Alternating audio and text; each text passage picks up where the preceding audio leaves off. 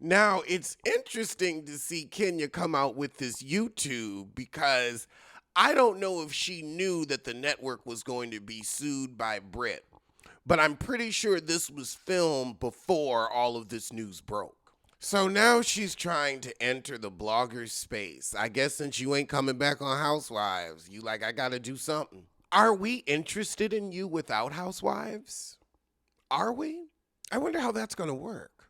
So she whining that people stalking her salon. You need to be grateful there's some interest. Now she's gonna say, why do you care if the salon isn't doing well? Is it your money? See, you can't have it both ways. You can't whine that Bravo didn't show your salon, didn't promote your salon, you a black woman with a business, Brooklyn's college fund. Make it your storyline where we are supposed to care.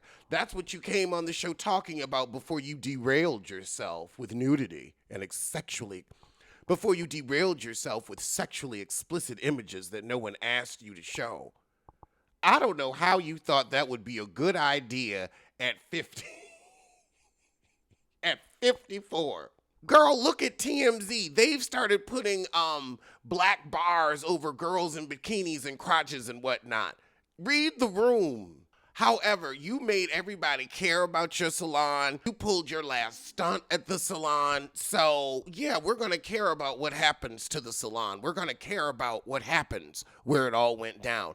At BravoCon, they had people taking pictures in the Sprinter van. Jen Shah got arrested. People are going to want to go to your salon and stand where you stood and say, who is this hoe? You made your salon that type of tourist trap.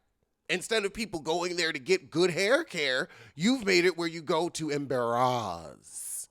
You've made it where you go to sexually exploit and commit a gendered attack. People are giving 1-star reviews. You're a 1-star heifer.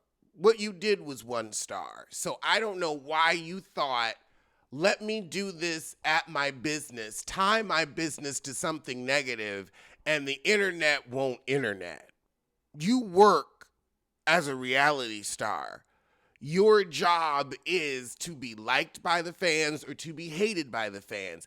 And you know, if you're hated by the fans, they're going to do things like leave 1-star reviews. You didn't think forward? That's the thing, Kenya. You always think, oh, I can do it, but it's so wrong if other people do it to me. I can start mess. I can sexually exploit women. I can embarrass women. I can be mean and be cruel, but don't you be mean and cruel to me. What you put out is what you receive. You know why Candy didn't have those issues and people only talked about her salty food? You know why Candy Burrs didn't have those issues? Because she didn't put that energy out, so she didn't get that energy back. She just put out food with ptomaine poisoning and the health department said you can't do that. The health department said potato salad does not belong at room temperature. That was the health department. But she didn't have haters because she didn't put out hater energy. You've been putting out hater energy for 10 years, so you're going to get some hater energy back. But you're going to say, I'm busy working. I don't have time. All you have is time. All you have is time, too. You are fired. Fired. I believe what Kim Pyre said. He's like, look, Bravo shouldn't have aired it, and if they do put you back on, it's not going to look good for them, whether it goes through arbitration, mediation, or the court. It ain't going to look good for Bravo to align with you before a judge has decided anything. So I think you're sat down for season 17, and season 18, I think we're done with you. I think it is time for people to realize, let's be done with Kenya Moore. It's not the Real Housewives of Kenya Moore. It's the Real Housewives of Atlanta. There are other women in Atlanta. If it's not your money and you're not paying my rent, why do you care? Because you made it a plot line. Are you dense? You've always seemed like a smart woman, but you should know why we care.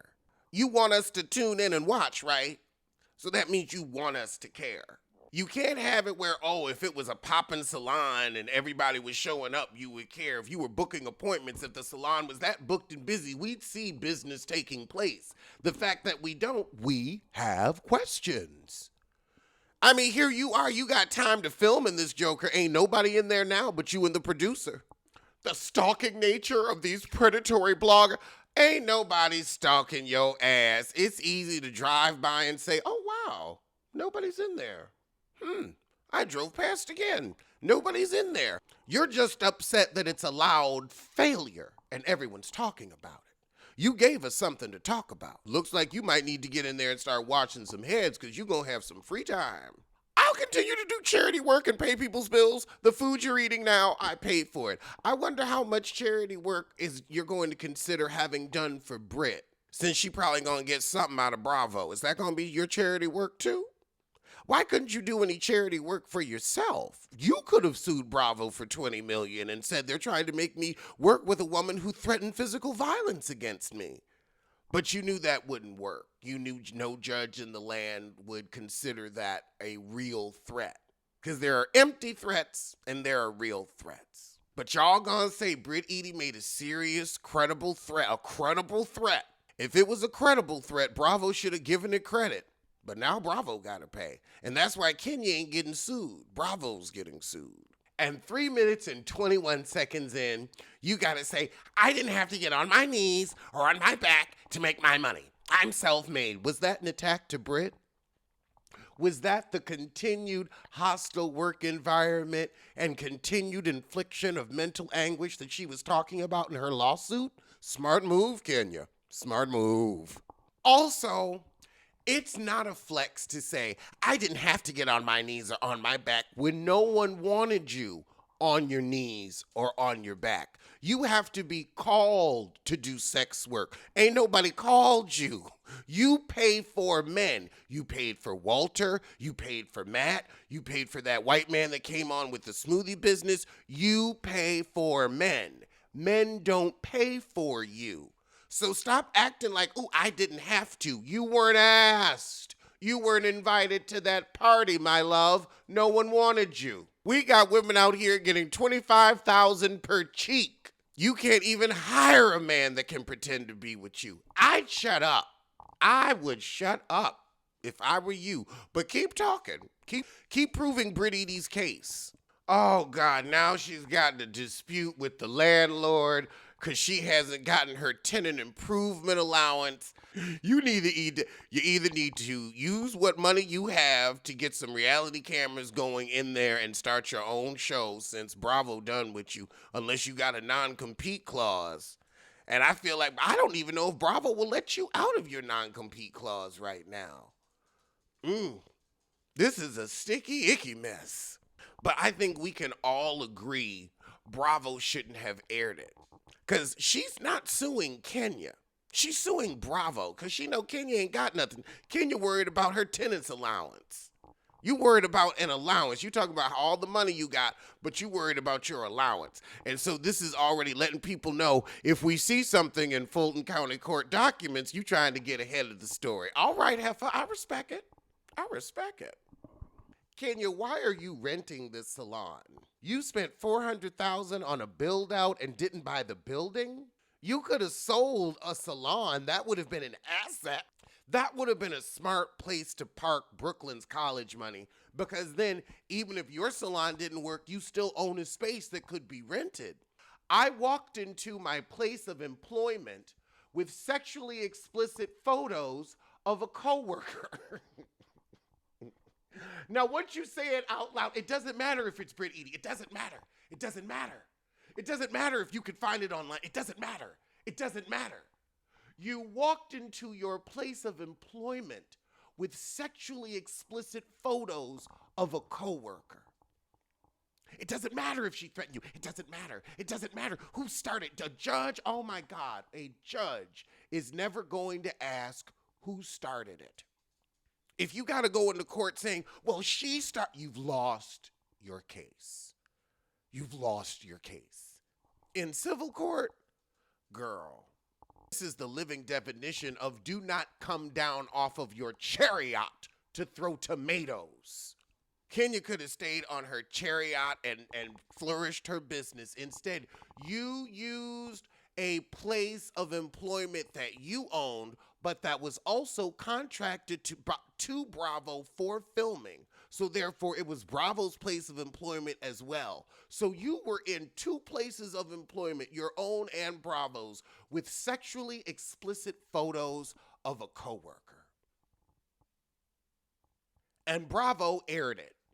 and had no message of we don't condone. Yeah, they got rid of you, but they didn't get rid of you enough. You was still running around saying, I'm still contracted, I'm still working for Bravo, see you next season. And we see you're still out here slut shaming, you're still out here engaging in the same behavior where I don't see accountability.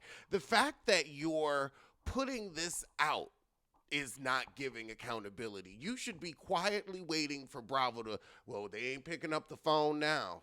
You may as well be on YouTube because you're as done as Brit. Because at 54 years old, you walked into a place of employment with sexually explicit photos of a coworker. Now, in every other world, we'd be like, you know what? You've opened people up for a lawsuit.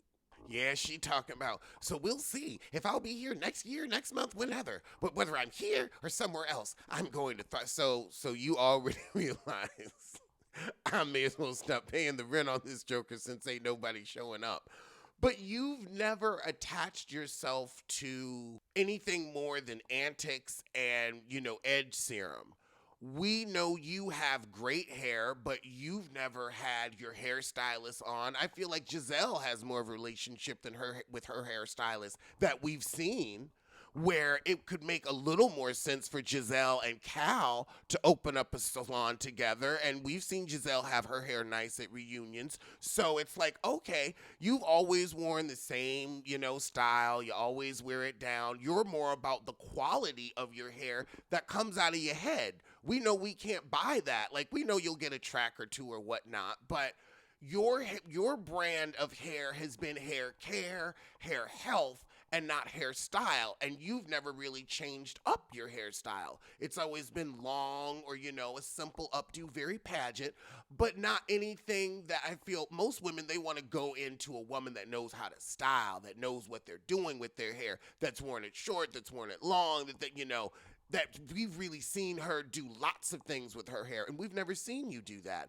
So we don't even feel that you would know the hairdressers with the proper expertise. So you ain't paying rent, and they ain't giving you your $79,000 TIA, so something's gotta give. AKA, you're gonna either walk away or Fulton County Court documents. Let me go onto the Fulton site. You know what? I'll check them tomorrow. They'll probably file on Monday. That's why she put this video out Saturday. Then she talk about Kris Jenner's new face, and it's a good new face. Kenya talks about influencers who kind of hide their person on Instagram. They'll show you, a foot or a hand, but they won't show you the person. But then when they break up, they tell all the business and trying to ruin the reputation. And she's like, take me out of the group chat. I don't put my relationships out there. You've put 3 failed relationships out there. I guess you've learned. But when you've had paying for profit relationships, you have no room to speak on this subject. You're not bad as a talking head. This is actually enjoyable. You're not being mean. It's refreshing. You need another person. Oh my God, I should do a show with Kenya. You know what? No, I don't want to work with a 54-year-old that would walk into a place of employment with sexually explicit photos. I wouldn't want to work with someone like that. That's a liability. So as much as it would be a good opportunity and a hilarious show, no. I'm going to have to say no.